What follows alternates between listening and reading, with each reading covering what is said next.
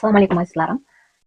Bizni Moskvadagi hayotimiz. Bugun 7-may, kecha soat 2. Shunga qaramasdan shu videoni snimat qilishga qaror qildim, xohladim. Kecha 6-may kuni kechki payt turmush o'rtog'im telefon qilib, "Nima qilyapsan? Ha, uyda o'tiribman. Tez kiyinda ko'chaga chiq. Kiyevskiy vokzalga yetib kel" dedi. Nima edi, tinchlikmi desam, "Senga bir narsa olib bermoqchiman." Ha, bo'pti.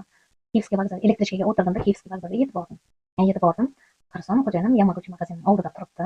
"Yur, senga massajyor olaman." Yana bo'ynalarim, yelkalarimda shunday tuz bor, xandroz, shu ochib ketadi-da. Keyin har kuni xo'jayinim ishdan charchab kelsa yoki ukam ishdan charchab kelsa, "Keyin yelkamni uqalab qo'y, bo'ynimni uqalab qo'y" deb aytaman, mana xolkalarimni ezib qo'y deyman.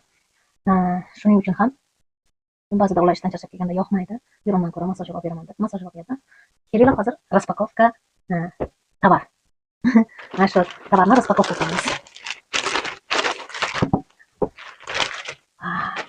Buni chiroyliligini qaranglar, korobkasini ham chiroyliligini. Yamaguchi bu magazini, bu kompaniya Yaponiyaniki. Ko'pchilik bilsa kerak, endi bilmaganlar bo'lsa aytib qo'yaman. Korobkalar ham judayam mustahkam ishlangan. Qaranglar, qanday mustahkam korobkalar. Kim yapon tilini bilsa, mana o'qishinglar mumkin, o'qib ko'rishinglar mumkin. Zaryadная устройство.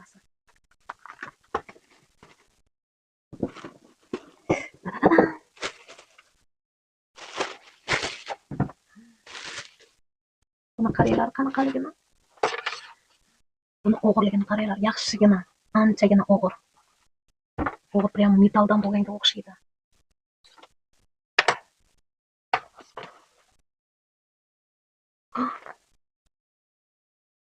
Voy, buni qaranglar. Mazza narsa, zo'r narsa ekan-da. Xuddi odamga o'xshab massaj qiladi. Даже odamdan ham yaxshi qiladi. Ko'ryaptimi sizlarga?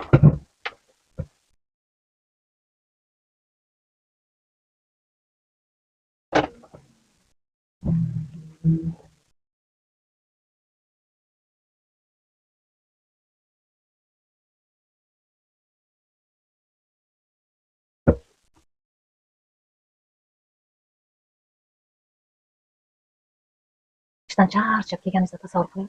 Shunday yelkalaringiz, bo'ynalaringizni, oyoqlaringizni kimdir uqalab qo'ysa, qanday mazza, qanday yoqimli. Mana shunaqa bitta yordamchi har bitta uyga kerak-da. Bizda zo'r narsa ekan. Zo'r narsa ekan. Tavsiya qilaman. Bu reklama emas. Prosta tavsiya qilaman. Judayam xohlagandim mana shunaqa massajyorim bo'lishini. Qarang, bu yerda bundan ham qimmatlari bor ekan. Xo'jayinim 20 mingligini zakaz bermoqchi bo'lgan ekan, lekin baribir o'zing borib ko'rib olganga nima yetsin dedi. O'zing tanang his qilish kerak, qanaqa massaj